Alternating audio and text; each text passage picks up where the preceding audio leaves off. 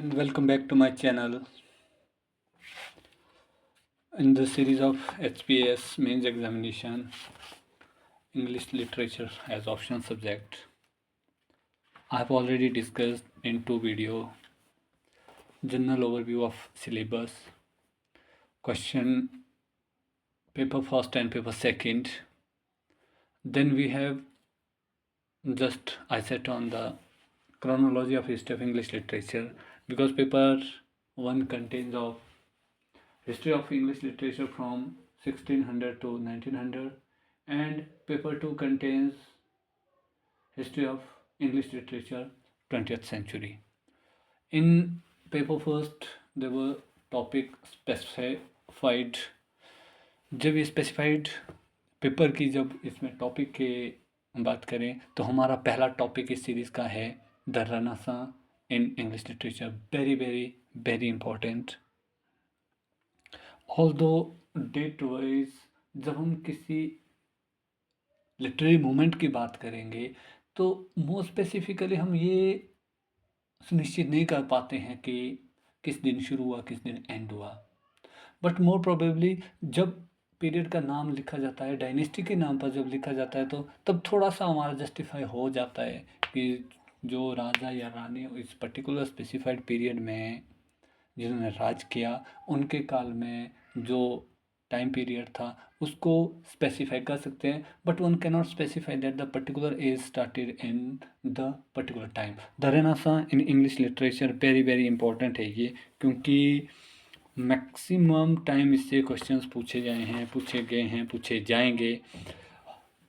We will talk about the 1485 to 1660. At least अगर बात की जाए, मैंने पिछले वीडियो में भी डिस्कस किया था कि बैटल ऑफ कॉन्स्टेंटिनोपल, ये जो लड़ाई लड़ी गई थी कॉन्स्टेंटिनोपल की, उसके बाद जो एक स्लाइड चेंजेस आया ग्रीक लर्निंग में, इसी काल से जो पुनर्जागरण शुरू हुआ था. पुनर्जागरण की शुरुआत हुई थी इटली से. इसको रीबर्थ और रिवाइवल ऑफ क्लासिकल ग्रीक और रोमन लैंग्वेज भी कहा जाता है.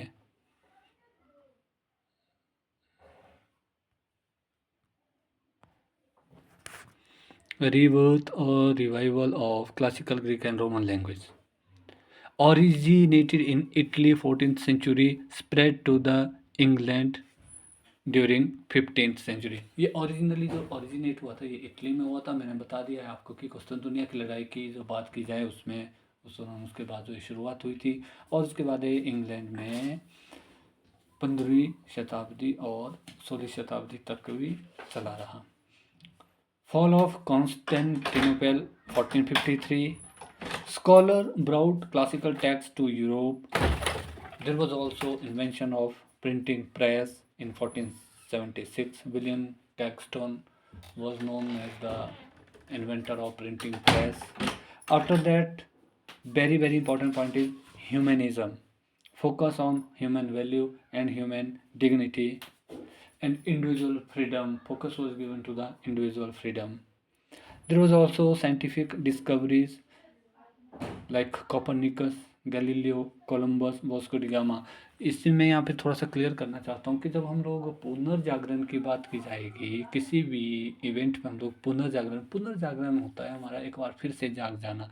क्योंकि हिस्ट्री ऑफ इंग्लिश लिटरेचर में कई किस्म के आए, ब्लाइंड एज आए, ब्लैक एज आए. मतलब कहने का क्या है कि इसमें विभिन्न प्रकार का जो टाइम पीरियड रहा इसको विभिन्न प्रकार से डिफाइन किया गया. और इस डेफिनेशन में जब हम बात करते हैं कि जैसे ही एक पुनर्जागरण मीन्स टू से दैट कि जो ग्रीक लर्निंग थी और ग्रीक लैंग्वेज और ह्यूमनिज्म पर फोकस किया गया. Very very important. हम लोग डिस्कस करेंगे चर्च हिस्ट्री के बारे में कि चर्च हिस्ट्री क्या थी, चर्च को कैसे सुप्रीम थे चर्च हमारे, फिर चर्च के बाद कैसे चर्च की जो प्राइमेसी ख़त्म हुई. ये बहुत सारे टॉपिक है. मीन्स टू से दैट ये अगर हम हिस्ट्री ऑफ इंग्लिश लिटरेचर को डिस्कस करने लगे तो अब इसमें वास्ट है.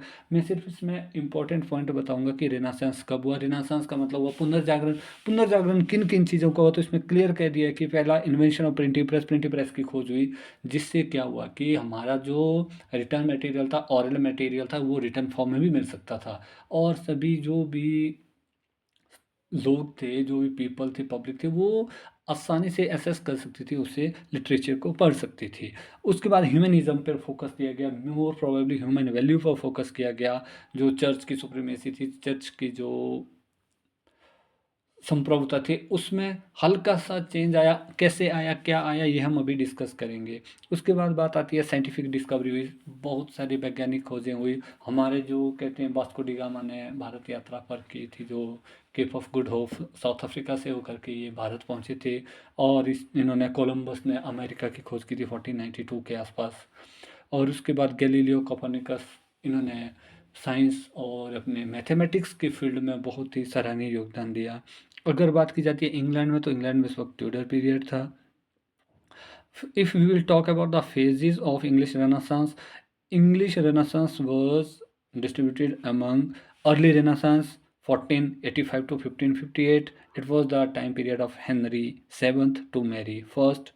Development of English prose. The time was the period of the development of English prose, poetry, translation, and humanist learning. Then there was Elizabethan age, very very important. It is also known as the golden age of history of English literature. So golden age of literature under Elizabeth, drama, prose, poetry, all three genres flourished during this period. Then we have Jacobean age 1603 to 1625, again very very important. King James first to become the king. It was much darker and complex, more complex drama were portrayed at that time. And metaphysical poetry, Johann Donne, who was the proponent of metaphysical poetry.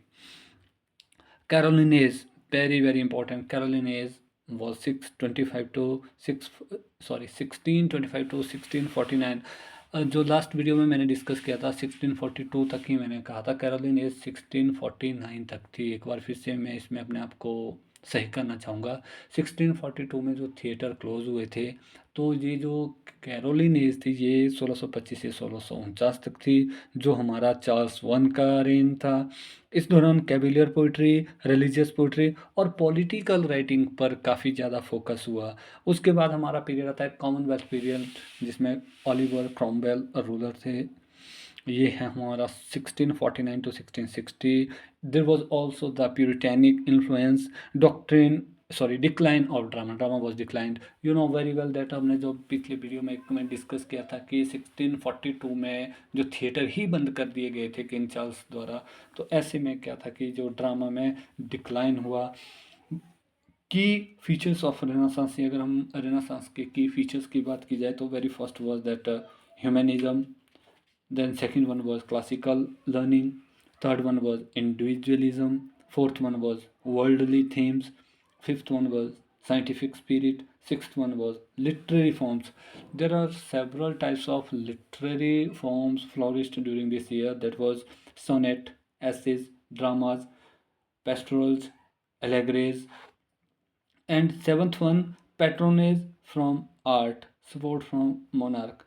कि during renaissance यदि हम बात करें, बेशक जो हमारा जो Caroline period हुआ इसमें ड्रामा का डिक्लाइन हुआ, बट मोर प्रोबेबली अगर हम रेनेसांस को एज अ होल डिस्कस करते हैं, एज अ होल रेनेसांस में जितने कर भी मोनार्क थे, mostly I would like to discuss Elizabethan period.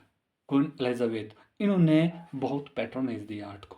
Major literary figures of the age were Sir Thomas Watt, 1503 to 42, and Henry Howard. He is also known as Earl of Surrey, 1517 to 1547. इनके जो सनेट्स हैं, जो totals मिससेलेनी, very very important है ये। इसमें इनकी जो books है, इसमें जो इन्होंने वर्णन किया है सनेट्स का, ये इसमें मिलता है टोटल्स मिससेलेनी में। मेरे पास, मैं यहाँ पर थोड़ा सा क्लैरिटी के साथ आऊँगा, क्योंकि ये बात फिर से कहना चाहूँगा, दोहराना चाहूँगा मैं कि आपको गलत इन्फॉर्मेशन नहीं दे सकते हैं। अगर मैं कहूँ कि जी सोनेट सही थे, अब मैं खुद ही डाउटफुल हूँ, तो ऐसे में क्या कह रहा हूँ मैं कि जो इनकी जो वर्क था वो टोटल्स में से लेने में पब्लिश हुआ था। अब क्या था ये मैं डिस्कस करूँगा जब हम लोग ये डेट वाइज अगेन हम आगे डिस्कस करेंगे। नेक्स्ट है हमारे पास ही इंट्रोड्यूस द सोनेट। देखो यहीं क्लियर हो गया।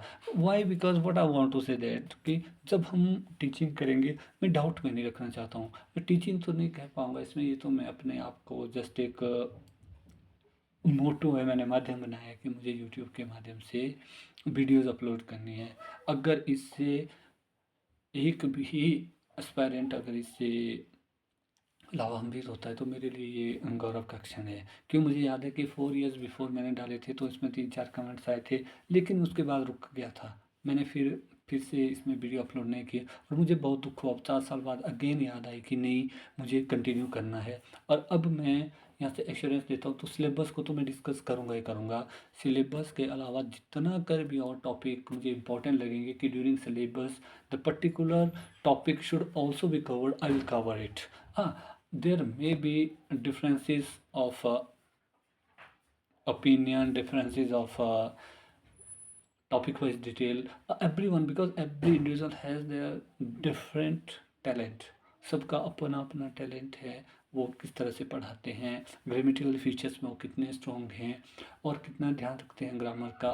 अ, वो सब एक इंडिविजुअल पर निर्भर करता है। बट मेरा यहाँ से मकसद क्या है कि हम लिटरेचर को समझें और यहाँ से जो भी मैं डिस्कस करता हूँ, जितना कर मैं यहाँ से डिस्कस करूँगा, नोट्स से एक बार वेरीफाई कर लें। Then we have sir Thomas Wotton, Henry Howard, earl of Surrey. They introduced the sonnet in English from Italian Petrarchan tradition. And we have Edmund Spenser, very, very important, 1552 to 1599. His book, The Fairy Queen, it is an epic allegory celebrating Elizabeth I. Then we have Sir Philip Sidney, very, very important, 1554 to 1586. He wrote down Astrophale and Stella, it's the sonnet sequence, and also read on the events of poesy, its literary criticism. If we will talk about the drama, very, very important drama in this period was university wits. University wits in general Hindi means विश्वविद्यालय के बुद्धिमान व्यक्ति. Means to say that these were the scholars, those who were the student of universities. I am missing the name. Yale university कौन कौन के थे ये confirm नहीं है, लेकिन जो यूनिवर्सिटी स्कॉलर्स थे, यूनिवर्सिटी पढ़ के आए थे, उन्होंने जो योगदान दिया 1580s 19s के पीरियड में, it was unbelievable. In this, the special figure comprises of Christopher Marlowe, very, very important. His work, Dr. Foster, Chamberlain, Edward Fourth, I think so, not sure. Again, I would like to bring in surety. I will not take anyone in certain type of doubt. That's why I'm not discussing. I'm just discussing the points which I have mentioned here in my handwritten notes. And these are exact figures. ये clear है, ये clarity के साथ लिखे गए हैं, क्योंकि एक राइटर्स के बहुत सारे वर्क्स हैं. अगर उनकी डेप्थ में हम जाएंगे तो मैं सिलेबस को नहीं कवर कर पाऊंगा. अगर मैं सिलेबस कवर कर लूँ, अगर उसके बाद सिलेबस कवर करने के बाद अगर किसी को लगता है, वो कमेंट बॉक्स में डिस्कस करके फिर मैं आगे फर्दर बढ़ता हूँ. नेक्स्ट है हमारे पास Robert Greene, Thomas Kyd, John Lyly. ये हमारे यूनिवर्सिटी बिट्स थे. इसके बाद जो हमारी पर्सनैलिटी में रिनोन्ड लिटरेरी आर्टिस्ट रहते हैं, William Shakespeare, one of the landmark in history of English literature.